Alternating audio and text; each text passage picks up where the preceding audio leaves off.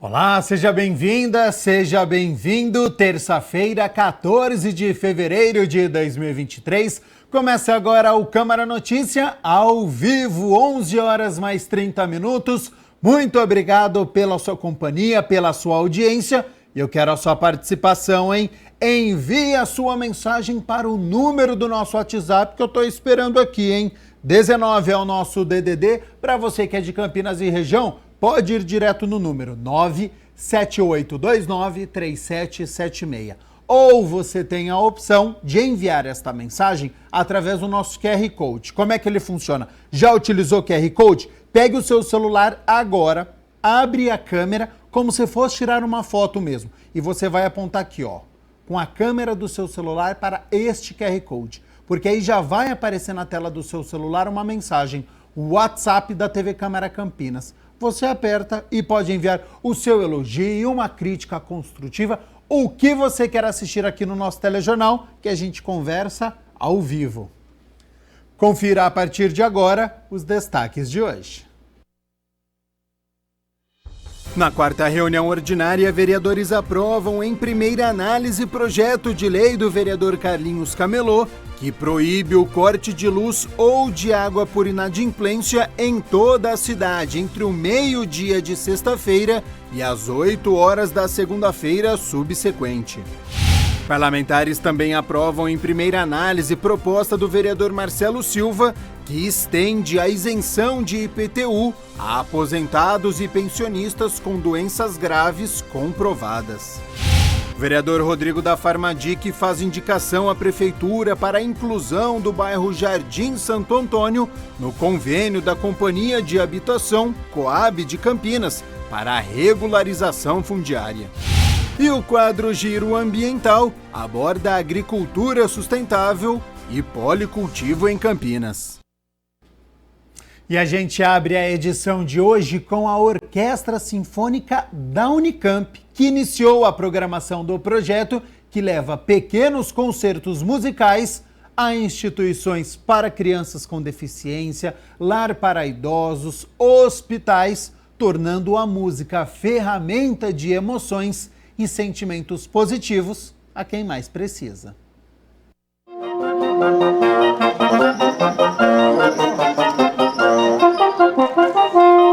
Em cada acorde, uma emoção, e em cada música, um pouco de alegria. E é assim que a Orquestra Sinfônica da Unicamp retoma seu projeto, OSU para Todos. O propósito da OSU é trazer entre os dias 13 e 16 de fevereiro pequenos concertos musicais em vários hospitais da cidade. A ideia é que esse projeto OSU para Todos seja um projeto que englobe mais possibilidades, né? Esse projeto tem o objetivo de levar a música para esses lugares onde as pessoas não estão acostumadas, mas também tem o objetivo de trazer pessoas que não estão acostumadas a escutar música clássica, música instrumental. E é uma maneira da gente se comunicar com esse público e talvez até abrir um pouco esse universo da música clássica para essas pessoas que não têm tanto acesso, as pessoas que estão no momento mais sensível na vida. O objetivo da Orquestra Sinfônica da Unicamp é trazer mais aproximação e humanização dos pacientes e acompanhantes dos hospitais e do lar para idosos. E o humor para quem ouve a orquestra muda até para quem está na linha de frente do hospital. Esta vinda da Orquestra Sinfônica da Universidade de Campinas, da Unicamp, é um evento maravilhoso. Você vê no olho das crianças o brilho, porque a música ela faz uma diferença. Ela traz uma alegria para a alma, ela traz um bem-estar, né? E as crianças sentem, porque as crianças são puras, elas amam.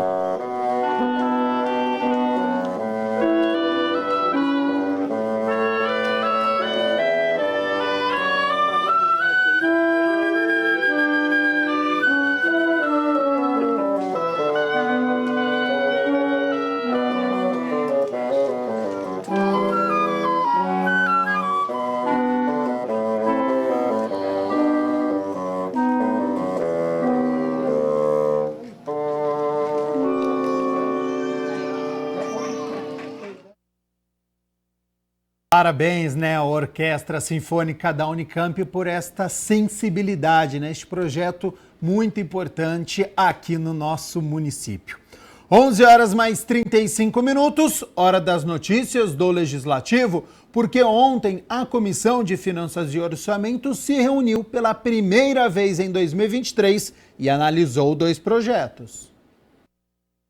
2 projetos de lei foram analisados pela Comissão de Finanças e Orçamento da Câmara. Ambos receberam pareceres favoráveis pelo grupo e seguem em tramitação na Casa. O vereador Carlinhos Camelô, que é presidente do colegiado, conduziu os trabalhos. A primeira matéria discutida foi o PLO 269 de 2021, de autoria do vereador Gustavo Peta, que altera a Lei 15.449 de 2017, que dispõe sobre a proteção, defesa e controle das populações de animais domésticos.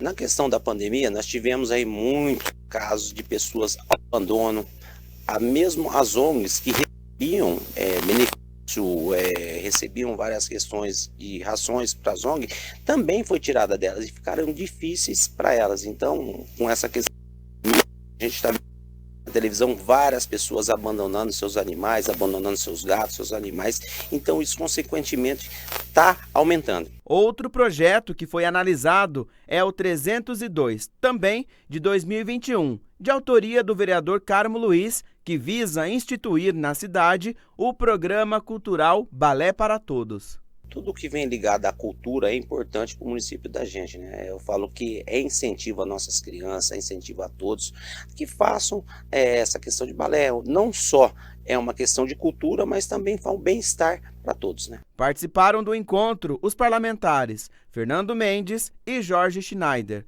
O presidente da comissão fez um convite para os munícipes. Essa é a Casa do Povo, quem puder e quiser vir acompanhar as reuniões, pode vir, que é aberta para todos. E lembrando que você pode assistir na íntegra todas as discussões, os pareceres dos projetos através do youtube.com/TV Câmara Campinas. E um pouco mais tarde nós tivemos a 4ª reunião ordinária. E por unanimidade dos vereadores presentes, a Câmara Municipal aprovou em análise inicial o projeto de lei de autoria do vereador Carlinhos Camelô, que proíbe que seja feito o corte de luz ou de água por inadimplência em toda a cidade no período compreendido entre o meio-dia de sexta-feira até as 8 horas da segunda-feira subsequente. O vereador fala da necessidade de uma norma como esta, uma vez que muitas pessoas são pegas desprevenidas. Foi através de uma pessoa que me procurou por estar cortado a energia dela num final de semana. Aí falam que ele faz a religação em 24 horas, as pessoas perderam tudo que tinha dentro da sua casa. Às vezes a pessoa tem criança. Então esse corte ele pode ser feito na segunda-feira. Não acho que não vai mudar nada para a companhia.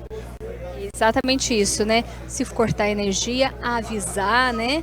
E na segunda-feira, quando a pessoa tem tempo aí de renegociar toda a dívida. Com certeza. Eles ir lá e notificando a pessoa nesse período, a pessoa ela tem o tempo hábil para segunda-feira ela ir lá fazer sua obrigação, pagar e tá com ali o seu pagamento em dia para a hora que chegar ela apresentar para a CPFL ou para a Sanasa. O corte, ele vem improvisado, né? Ele pode vir às 8, às 9, às 10, a pessoa corta. E aí você tem que pagar aí 24 horas para religar. Essa pessoa vai pagar na onde? Se for uma pessoa idosa que não tem acesso à internet, não sabe de um aplicativo, ela tem que esperar no outro dia para ir num local para fechado. Então tem toda essa dificuldade. Então esse projeto visa facilitar a vida das pessoas. Lembrando que para se tornar lei, este projeto ainda precisa ser aprovado em segunda votação aqui na Câmara e, na sequência, ser sancionado pelo prefeito. A gente continua acompanhando. Ainda na 4ª reunião ordinária, também foi aprovada em análise inicial a proposta do vereador Marcelo Silva, que estende a isenção de IPTU a aposentados e pensionistas com doenças graves comprovadas, sejam eles proprietários, dependentes ou responsáveis pelo pagamento. projeto chegou das demandas aqui dos munícipes, da dificuldade que muitas vezes o aposentado e o pensionista têm em pagar o IPTU. Mas qual aposentado e qual pensionista? Aqueles que estão com doença muito grave, que muitas vezes a gente sabe que eles têm que trabalhar, né, que só a aposentadoria não é o suficiente para conseguir pagar as contas. No momento de vida em que você precisa, né, de mais cuidados, precisa de mais atenção. Então, nós fizemos esse projeto visando atender e proteger a propriedade dessa pessoa. Mas, obviamente, tem que ter alguns requisitos, como, por exemplo, ter um atestado médico, né, onde ele diz de uma forma categórica que tipo de doença, tem que ser uma doença grave, constar o nome do médico, tem que constar o CRM do médico, então tem que ter, obviamente, responsabilidade para ver se aquela doença é grave ou não. E olha só, o atentado à escola pública de Montemor foi assunto abordado por vários parlamentares durante o primeiro expediente. Um adolescente de 17 anos lançou bombas caseiras contra a escola em que havia estudado e teria alegado à Polícia Civil que sofreu bullying. Houve pânico entre os alunos, mas ninguém se feriu. A presidente da Comissão de Educação aqui da Câmara, a vereadora Guida Calisto, comentou sobre este ocorrido. Infelizmente, a polícia chegou a tempo, as pessoas ali, doentes, famílias. Eu vi um áudio, inclusive um vídeo de uma mãe que estava filmando ao lado da escola, desesperada, gritando, pedindo para que liberasse o filho dela lá de dentro, porque ela estava morrendo de medo, né, daquele atentado atingir o filho dela. A escola sempre foi um espaço de segurança para as mães, hoje em dia ela virou isso, ela virou um espaço, né, muitas vezes ali da presença de grupos nazifascistas, neonazistas, jovens completamente sido levantados pelo nazismo e que foram impulsionados, motivados pelo discurso de ódio, né, que no último período tomou conta do nosso país. A vereadora Débora Palermo também se posicionou e falou de vários fatores que afetam as crianças e os adolescentes. Esse menino que fez essa loucura, hoje ele está doente, ele precisa de ajuda. Assim como muitos outros e muitas outras meninas. Quantos casos de automutilação, tentativa de suicídio, uso de drogas nós temos? Quantos casos? Acontecer quantas tragédias ainda para que as crianças e os adolescentes a ser olhados. A lei é clara. Criança e adolescente tem que ser prioridade absoluta nas políticas públicas, na destinação de recursos. E nunca foi. E nunca foi. Outros parlamentares também falaram sobre o ocorrido em Montemor e você pode conferir na íntegra a 4ª reunião ordinária que está disponível no youtube.com/TV Câmara Campinas. E ainda sobre segurança nas escolas, o vereador Paulo Gaspar apresentou um requerimento cobrando o prefeito informações sobre a regulamentação da lei de número 16.318, de 25 de novembro de 2022, que institui o Programa Municipal de Prevenção contra a Prática de Atentados Violentos nas dependências das escolas municipais. A lei é de autoria do parlamentar Paulo Gaspar, juntamente com o vereador Major Jaime. Esse projeto que foi aprovado por mim, de minha autoria e do Major Jaime, no final do ano de 2021, ainda inventado que trata-se de um programa de capacitação já feito nas escolas junto a professores, funcionários e alunos, para se preparar para esses momentos.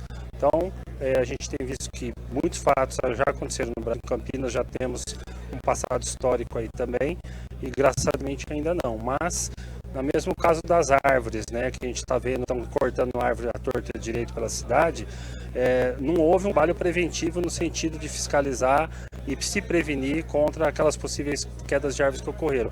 Na escola é a mesma coisa. Então acontece ali, acontece aqui, acontece na cidade vizinha e nós não estamos tomando providência nesse sentido. Então a regulamentação vem para tratar desse treinamento, essa capacitação que tem que ser feito junto com as escolas municipais e um convênio com a Guarda Municipal para fazer essa preparação das pessoas que usam a escola. Lembrando que a Prefeitura de Campinas tem um prazo de 15 dias para responder ao requerimento, período que pode ser prorrogado por mais 15 dias. E olha só, o vereador Rodrigo da Farmadic protocolou uma indicação direcionada ao Executivo, porque ele pede a inclusão do bairro Jardim Santo Antônio no convênio da Companhia de Habitação, a Coab aqui de Campinas, para a regularização fundiária. O vereador Rodrigo da Farmadic enviou para a Prefeitura uma indicação para que se proceda à inclusão do bairro Jardim Santo Antônio no convênio da Companhia de Habitação, a Coab, para a regularização fundiária. O processo de regularização tem sido feito, inclusive, com muito sucesso e muito êxito por dedicação dos nossos servidores da Coab. A Prefeitura já diversos bairros e o Santo Antônio é um deles que precisa ser realizado e como a Prefeitura tem esse convênio com a Coab, eu solicitei para que ele fosse incluído para que seja custeado pelo município essa regularização. A regularização fundiária garante aos ocupantes o direito real de propriedade, por meio de título registrado devidamente no cartório de imóveis, o que dá segurança jurídica a esses moradores. Que é um bairro que é predominantemente de famílias carentes, que nós temos recursos para que seja feito dessa forma, com o próprio recurso para poder pagar a Coab, porque são famílias que às vezes têm dificuldades e não teriam condições de fazer o pagamento dessa regulação. Então nós indicamos para que o prefeito inclua no convênio o Jardim Santo Antônio para que seja regularizado. O parlamentar aguarda o retorno da Prefeitura. É um bairro que já tem há mais de 30 anos, é um bairro grande, que tem aproximadamente 2.000 residências, né? Então é um bairro muito populoso, por isso nós solicitamos e pedimos ao prefeito que faça a regularização desse bairro com recursos próprios do município, com a transferência para a Coab, firmando um convênio. 11 horas mais 48 minutos, nós estamos ao vivo nesta terça-feira. Muito obrigado pela sua companhia, pela sua audiência. A gente segue aqui com as notícias do Legislativo, porque na última semana, em reunião solene, o vereador Marrom Cunha entregou o diploma esportivo Sérgio José Salvucci a Maria Madalena dos Santos. Então, acompanhe como foi. A Câmara de Campinas entregou na última semana o diploma de esportivo Sérgio José Salvucci. O vereador Marrom Cunha concedeu a homenagem a Maria Madalena dos Santos por contribuição ao esporte. Falar de você, Maria Madalena dos Santos, é um privilégio muito grande, é um exemplo de pessoa, exemplo de vida, trabalho e dedicação. Então eu tenho a dizer para você, orgulho de ter conhecido você, eu tenho orgulho de estar presente nos seus projetos, nos seus trabalhos, no seu dia a dia, eu sei da sua luta, você trabalha diário, de dia, de noite, e aqui ainda cuidando com essas crianças, para que um dia eles possam ser alguém na vida, nos seus trabalhos, ensinando para eles o que é realmente você ser digno, o que é realmente você ter uma família, e a importância que você transmite para eles. A guerreira que você é. Maria Madalena, que é técnica de futebol, agradeceu a homenagem. Acho que para mim isso aqui é uma grande conquista, trabalhar para mim é uma grande honra, e eu tenho por mim que tudo que recebe na vida, os que apoiam, as pessoas que nos dão força, eu acho que isso a gente tem que ter alguém. E como está escrito que a gente jamais pode conhecimento enterrar o conhecimento. Então, para mim é muito grande estar aqui e agradecer a todos vocês pela oportunidade.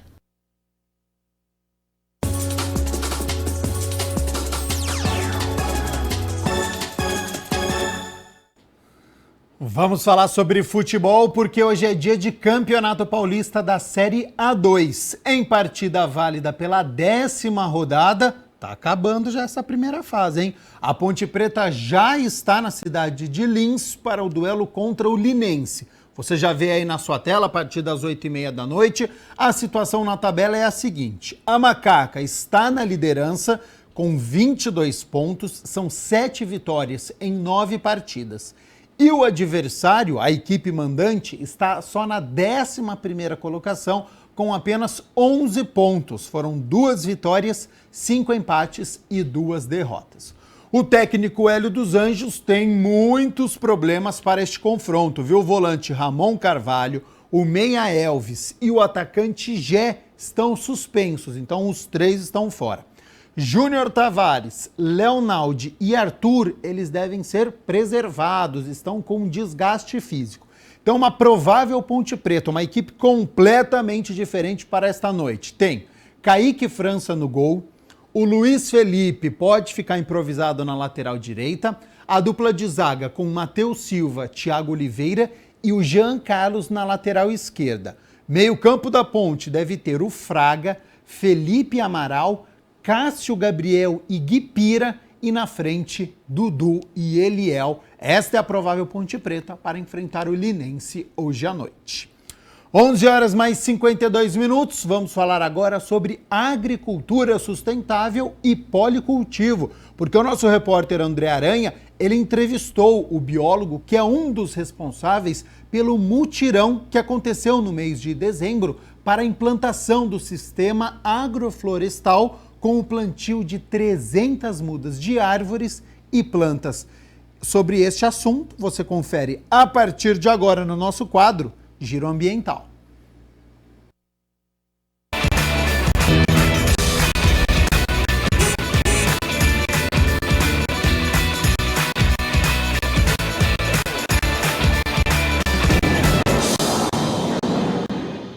Bom, é o Giro Ambiental.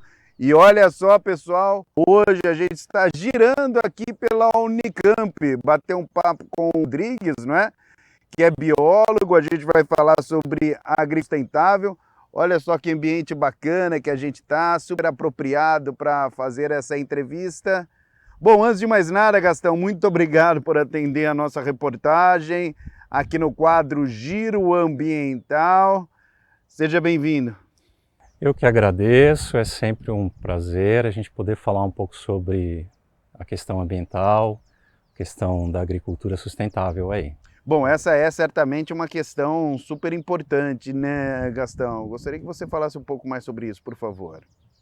Bom, o que trouxe a gente aqui hoje, o que trouxe vocês aqui hoje é a questão dos sistemas agroflorestais, né? Então, a gente vai falar um pouco aqui sobre a questão, o que é um sistema agroflorestal, que é a sigla de um SAF, né? E de que forma ele pode contribuir para uma mudança nos padrões de produção agrícola para a gente caminhar para uma agricultura mais sustentável, né? Hoje a agricultura talvez seja o maior fator de impacto ambiental, né? Principalmente relacionado a questão do desmatamento, né, a questão da utilização dos agrotóxicos aí, né, a questão da pecuária também. Então a gente busca mudar esse paradigma de produção que a gente tem desenvolvido, essa agricultura convencional. E o SAF é uma ferramenta para caminhar para essa transição de uma agricultura de grande impacto para uma agricultura de menor impacto. Bom, inclusive, né, teve em dezembro do ano passado, dia 17, né, um multirão. Bom, primeiramente explica aí, né, essa questão do multirão, como que funcionou, né, o que significa isso. Sim, a gente fez um multirão aqui para a implantação de um projeto piloto de um SAF. Que legal. Na Faculdade de Engenharia Agrícola da Unicamp, que é onde a gente está agora, né? E então esse mutirão, só uma curiosidade, mutirão é uma palavra de origem tupi-guarani que significa ajuda, tá? Então é uma palavra assim bem peculiar da nossa cultura, né, da cultura brasileira, né, que é essa questão das pessoas se juntarem de forma voluntária no sentido de promover uma mudança, né. Então a gente fez esse mutirão de implantação desse sistema, um sistema piloto aqui, que tem finalidade didática, né.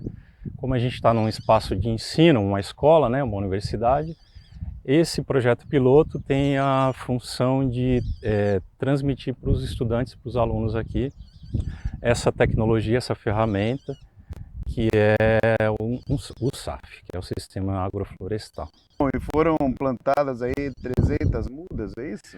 Isso, começou com uma parcela pequena, né, 1/4 de hectare, né, é uma área pequena, e a gente dividiu ela em linhas, 6 linhas, e começamos com um plantio de 300 mudas de espécies arbóreas, diferentes espécies, tá?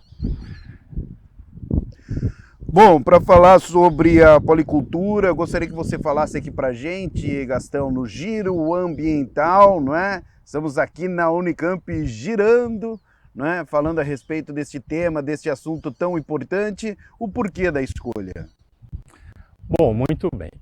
O SAF, são um sistema de policultivos, tá? Então, quando a gente fala de um sistema florestal, é um sistema de produção agrícola que vai ter como base o cultivo de mais de uma variedade, uma espécie, um tipo de agrícola, de cultivar agrícola, tá bom? Então, existem várias possibilidades para você trabalhar com isso, desde culturas de roça, misturado com árvores nativas ou árvores frutíferas. Quando a gente fala de policultivo é justamente isso, porque é um sistema que, diferentemente dos sistemas de cultivo não convencional, que vem sendo largamente utilizado, a gente chama de monocultivos ou monoculturas, né? Por exemplo, uma monocultura de soja, uma monocultura de cana-de-açúcar ou outras variedades, né? Os SAFs, eles primam por numa mesma área, num mesmo espaço, você plantar junto diferentes cultivares, né? E o que é a grande sacada do SAF, que é o F lá no final, que é o florestal? Porque nesses cultivares a gente vai introduzir as árvores, tá? E é daí a grande importância da questão da recuperação ambiental, porque a árvore ela vai ter um papel fundamental, né, nesse processo de recuperação dessas áreas. Bom, esse é o processo de plantio também, Gastão? Isso, então a gente pode fazer, o SAF ele é uma ferramenta bastante aberta. Se a gente fosse fazer uma comparação com essas ferramentas que se usa hoje em dia da internet, né, esses softwares, a gente pode dizer que o software é um software livre, é uma ferramenta aberta, onde cada pessoa, uma vez que ela conhece essa tecnologia, que ela maneja, que ela entende como é que funciona, ela pode ir fazendo da forma que ela melhor se inspira, tá bom? Então, assim, qual que é a questão da árvore que eu falei para vocês? Porque de que forma a árvore ela é importante nesse sistema? A árvore ela permite um manejo da entrada de luz nesse sistema, porque a gente vai trabalhar com sombra e luz, uma vez que as árvores elas vão sombrear mais esse ambiente. A árvore ela vai trazer, através do sistema de raízes, ela vai trazer de camadas mais profundas do solo nutrientes, né, que vão estar em lugares mais profundos, né? Então ela vai puxar para cima esses nutrientes, vai manter esses nutrientes no seu corpo, no corpo da árvore, né? E uma vez que a gente vai fazendo depois o manejo desses através de podas, você vai controlando tanto a luz quanto o gasto de nutrientes. Olha que legal. Outra questão importante também é o do uso da água, né? Através do sombreamento, a árvore ela permite uma maior permanência da água nesse sistema, ela diminui o processo de evaporação que a luz do sol, né, traz, então você depende menos de água, menos de irrigação, Então, uma questão muito importante hoje, né, quando a gente fala da questão do uso racional da água. Esse é um dos objetivos. Isso, na agricultura, porque a agricultura é o maior consumidor de água que a gente tem, né? Enfim. E outra questão importante é o aumento da matéria orgânica no solo, né? Quando a poda dessas árvores, quando o sistema já está num estágio mais avançado, você começa a fazer as podas, você traz essa matéria orgânica da poda para o solo. Um solo mais rico em matéria orgânica, ele retém mais água também. Tá? Outras questões muito importantes há uma dependência menor de insumos externos dentro desse sistema. Isso é muito bom, né? Sim, completamente. Então, à medida que esse sistema ele vai crescendo, a gente está falando aqui de SAFs de sistemas de médio e longo prazo, tá? Então, são sistemas que são projetados para a gente trabalhar com eles por 10, 15, 20 anos, tá bom? Quando um sistema de 20 anos, ele vai estar num estágio que a gente chama de climáxico, né? Onde você vai ter as árvores ali em portes maiores, e aí você vai fazendo outros tipos de cultura ali, e você vai fazendo a rotação dessas culturas também. Com relação ao que a gente estava falando sobre a questão de insumos externos, as árvores, a gente vai fazendo a ciclagem desses nutrientes que estão em camadas mais profundas do solo, né? A gente vai trazendo isso para a terra, então você não precisa ficar trazendo adubo químico para colocar dentro do sistema, dentro desse ambiente. Tá? Outra questão importante também é a não necessidade de uso de agrotóxicos, que é uma questão grave hoje, né? Que a questão então por quê? Porque em sistemas de policultura você vai fazendo um manejo ecológico do sistema e você vai controlando de forma ecológica, né?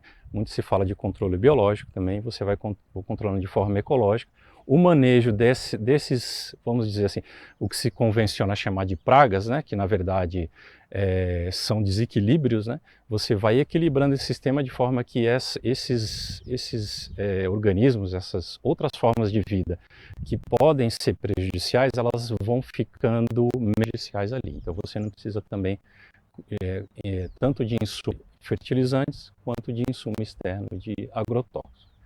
Isso é importante. Se a gente trabalha hoje num cenário de agricultores, pequenos agricultores, né, que é a maior parcela da produção de alimento comestível, né? Então, assim, a maior parte da comida que vai para a mesa é feita por agricultura familiar. 70% da comida que a gente come, ela vem de pequenos e médios agricultores. Olha só, pessoal, informação super importante. Que são os agricultores familiares. Os grandes produtores, aqueles grandes fazendeiros, né, produtores de gado, produtores de commodities, que é a soja, né, eles em geral eles produzem mais para exportação, né, para índices, né, e às vezes grande parte da soja também é transformada em ração animal. Tá? Então, se a gente olha para o nosso prato hoje, lá quando você vai no mercado e pega lá uma abobrinha, uma banana, um chuchu, né, uma verdura, esse alimento está vindo de um pequeno ou no máximo um médio agricultor, né? Nem sempre esses pequenos e médios agricultores eles são contemplados pelas políticas de incentivo à produção, por financiamentos, né? Então, muitas vezes esse pequeno agricultor ele não tem recurso, ainda mais com esse aumento né? Os insumos agrícolas eles são diretamente ligados ao preço do petróleo. Influencia totalmente. Então assim, o que é muito caro, o agrotóxico é muito caro, então nem sempre o pequeno e o médio agricultor ele vai ter dinheiro para bancar isso, né? Às vezes ele põe aqui, ele planta para pagar a dívida que ele tem no banco ali. Então, uma vez que ele adota uma tecnologia mais sustentável, ele não precisa arcar com esses custos aí, tá bom? Deixa eu ver aqui o que é mais importante a gente falar aqui sobre isso também. Isso Pode que eu perguntar. ia te falar, Gastão, mais alguma coisa que você queira falar, não é, para a gente encerrar essa entrevista esclarecedora aí, não é, que você trouxe essas informações aqui no quadro Giro Ambiental. Mais alguma coisa, a gente encerrar, alguma coisa importante para o pessoal de casa que está ligadinho aqui na gente? Bom, outra questão sobre a vantagem dos sistemas agroflorestais a gente já tem trabalhos na literatura, como a gente está numa universidade, a gente procura aliar esse conhecimento que é tradicional, porque o SAF, a gente deu um nome para ele, SAF, muito recentemente, tá? Mas essa técnica, essa forma de produção, ela é milenar, ela é muito antiga. Assim como eu comentei lá do mutirão, que é uma palavra de origem tupi, essa técnica ela é milenar. Os povos pré-colombianos, né, os astecas, os maias, já há registro de que eles já faziam esse tipo de policultivo, tá? Inclusive uma palavra que a gente usa muito no Brasil, quem é do meio, que é o milpa, né? É uma palavra de origem asteca que significa parcela de plantio, né? Então os povos astecas mexicanos já faziam esses canteiros, essas parcelas, né, que seriam as áreas, e eles plantavam naquele lugar diversas coisas. Plantavam milho, que a gente mais conhece, que são o sistema mais conhecido do milpa são as três irmãs, as três companheiras, que é o milho, o feijão, a abóbora, né? E isso a gente já trouxe uma técnica, né? Eles plantavam também o avocado, que é o abacate, então já introduziram junto, né? Porque dessa forma eles garantiam ali naquele lugar uma produção que permitisse isso que a gente chama de soberania alimentar. Olha só. Né? Que é assim, independente do que acontecer, você vai ter garantido para você, para sua comunidade, para sua família, o seu sustento. Tudo que você precisa vai estar ali para sobreviver. Então, qual a vantagem dos sistemas agroflorestais? A gente já tem na literatura, enquanto universidade, a gente faz essa pesquisa, os sistemas agroflorestais, além dessa vantagem deles necessitarem menos de insumos externos, né? Então eles são mais sustentáveis economicamente, eles também são mais resilientes, né? Tem estudos, o que é resiliência? É a capacidade que o sistema tem de sofrer uma perturbação e não se degradar, né? Então, quando a gente fala de resiliência hoje, a gente está falando também de questão de mudança climática, né? Então, uma área de SAF, ela vai ser mais resistente a uma seca prolongada, ela vai ser mais resistente do que um monocultivo a uma seca prolongada, vai ser mais resistente a um período de chuvas prolongadas, vai ser mais resistente a geadas, né, do que um monocultivo. Então, por exemplo, uma plantação... Várias vantagens. Muito bom. E a gente tem estudos na América Central de que elas também há furacões. A gente não tem furacão aqui ainda, mas se acontecer, a forma da gente resistir também. Que beleza, maravilha. Ô Gastão, muito obrigado. A entrevista foi uma aula aqui para o pessoal de casa que está acompanhando o Giro. É um assunto extremamente importante e você, de forma esclarecedora, não é, trouxe para a galera que está ligadinha aí no Giro Ambiental informações super importantes a respeito deste assunto. Muito obrigado, Gastão. Eu que agradeço, conte sempre com a gente, é um prazer estar aqui falando para a TV Câmara, é uma ferramenta pública de divulgação, de transmissão da informação. A gente agradece e esperamos sempre poder ir juntos aí. Legal, legal. É isso aí, pessoal. Giro Ambiental.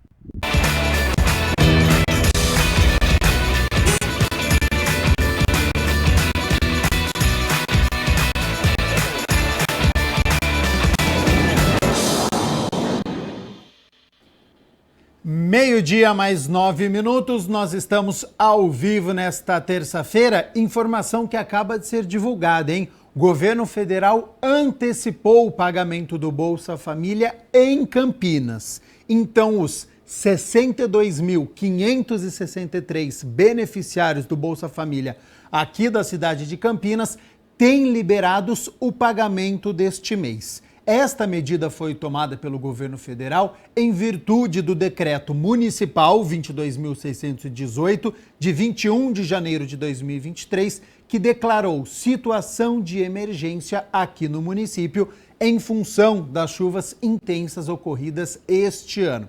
O valor pode ser acessado e utilizado por meio do aplicativo O Caixa Tem, que é destinado ao pagamento dos benefícios sociais. O decreto de situação de emergência permite a antecipação dos pagamentos. Também o uso de declaração especial de pagamento para quem perdeu documentos e a prorrogação dos prazos de atualização cadastral. O pagamento do Bolsa Família ocorre normalmente por ordem do último dígito do número de identificação social. Em fevereiro, o pagamento começou no dia 13, segunda-feira. Para os beneficiários de final 1, nesta terça-feira, é o pagamento dos beneficiários do final 2 e assim sucessivamente até o dia 28, quando seria pago os NIS de final 0. Com esta medida, todos já têm os valores à disposição. 12h mais 11 minutos, olha só, a gente segue aqui com o nosso Câmara Notícia, com o nosso telejornal ao vivo e, infelizmente, maus tratos a animais são vistos com frequência, né? Mas saiba que essa atitude é crime que deve ser denunciado. E para auxiliar no combate, a Delegacia de Investigações Gerais aqui de Campinas está com um setor próprio para este tipo de crime. E sobre este assunto você conhece a partir de agora no nosso quadro É o Bicho.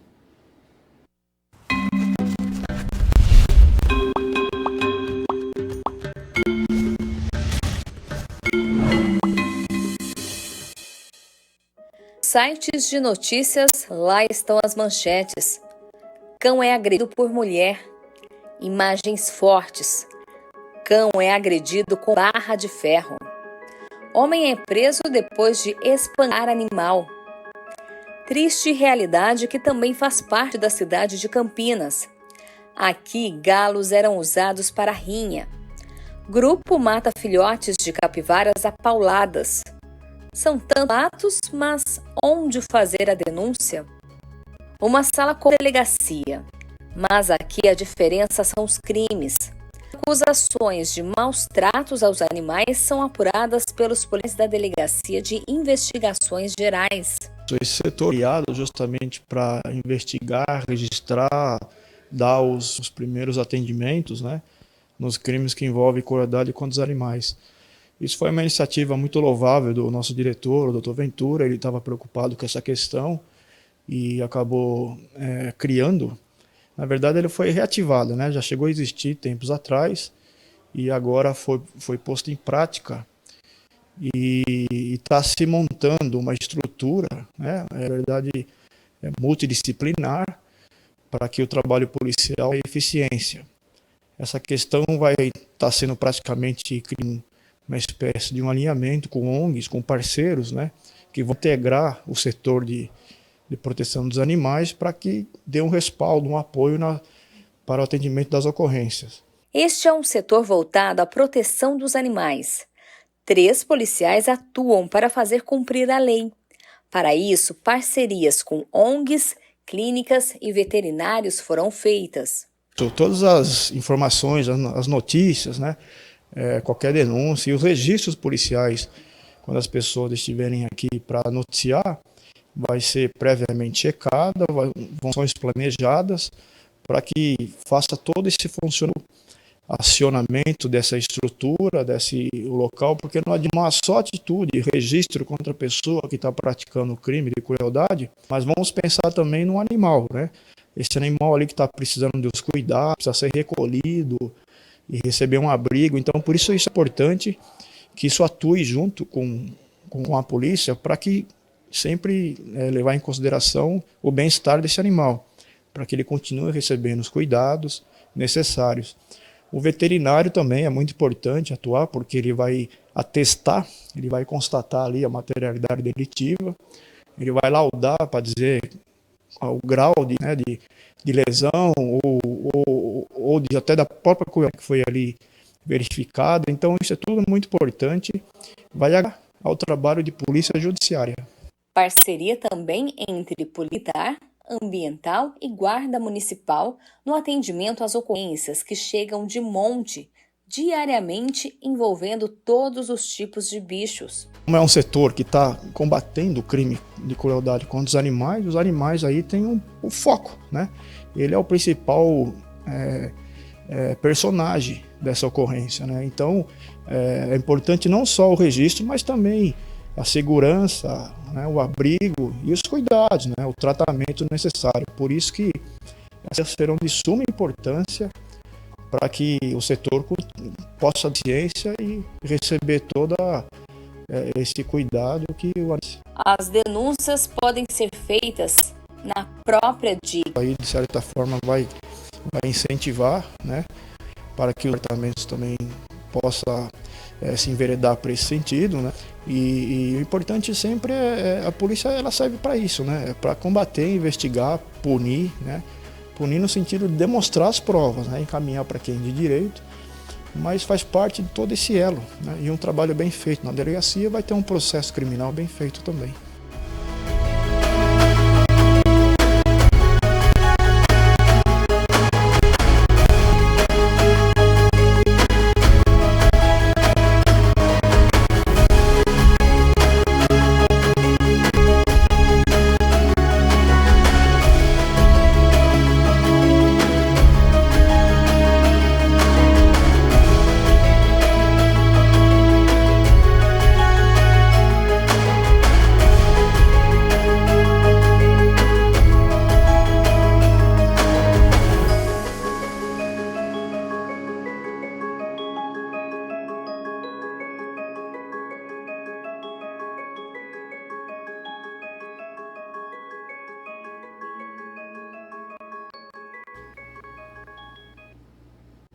Meio-dia mais 16 minutos, olha só, agora cedo foi lançado o programa Estação Emprego.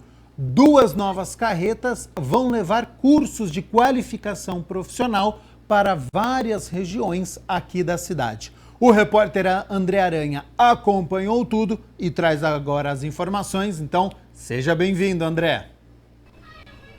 É isso aí, Gabriel Castro, um abraço para você, um abraço também para todo mundo que está acompanhando o Câmara Notícia.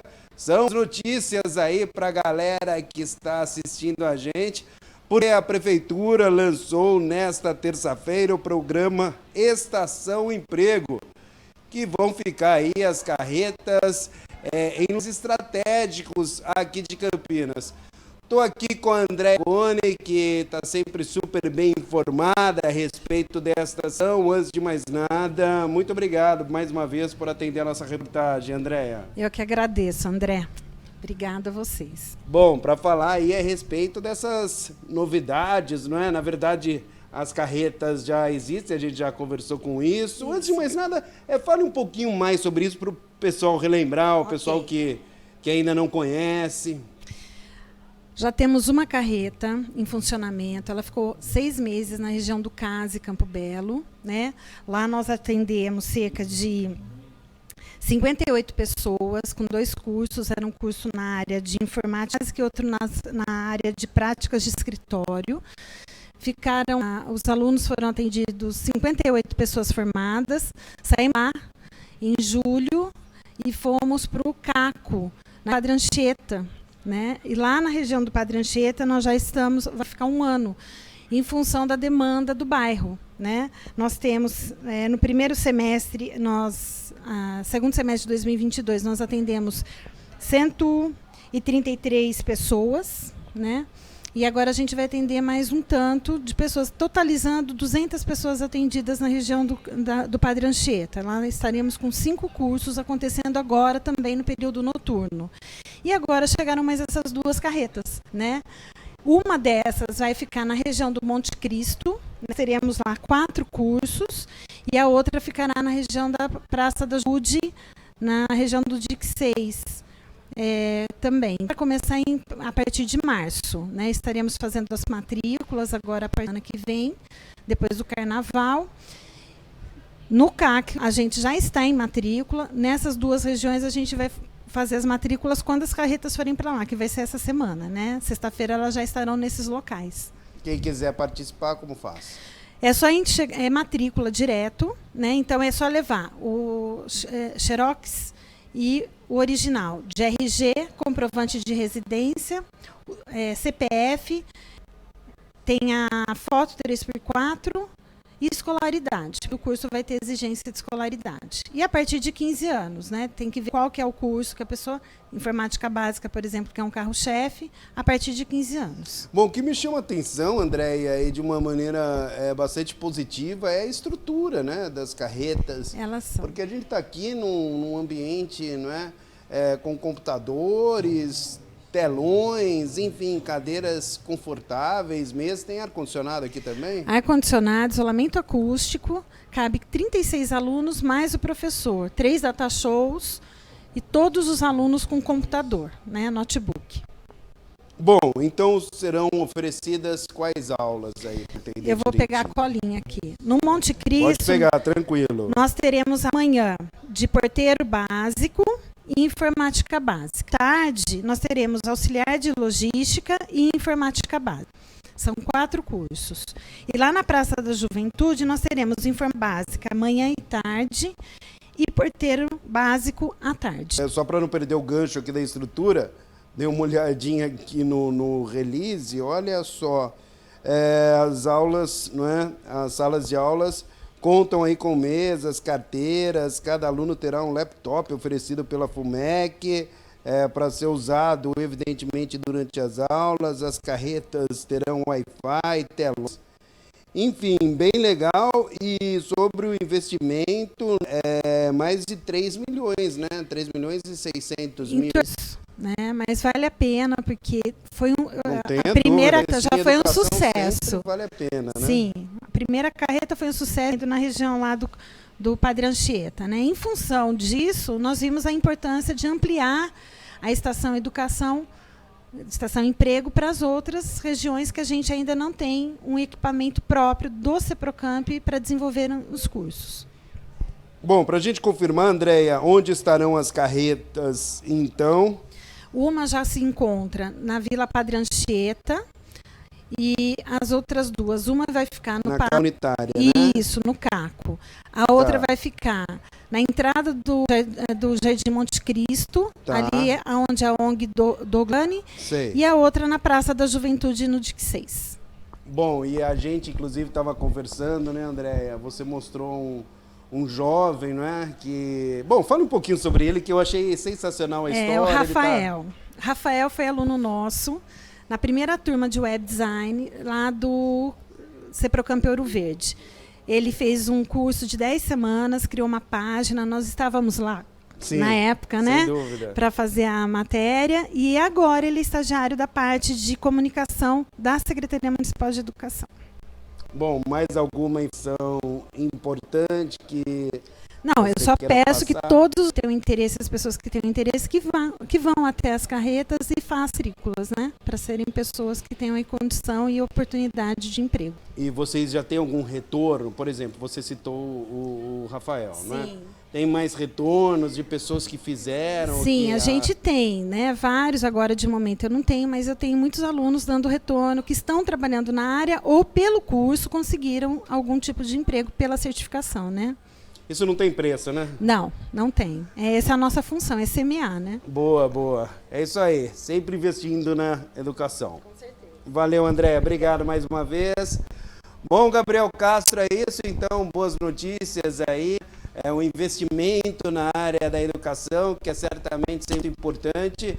Como eu disse aqui já no Câmara Notícia, a própria Andréia Jaconi também, uma estrutura bem bacana, bem legal. Tem computadores, não é? Ar-condicionado, telões, toda a estrutura realmente é muito legal aí para que os alunos possam ter totais condições de aprenderem bastante e, quem sabe, aí conseguir uma boa oportunidade no mercado profissional. Eu volto com você, Gabriel Castro.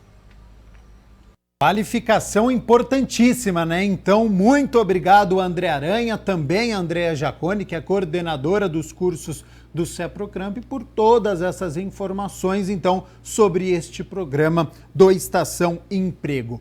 12h25 agora.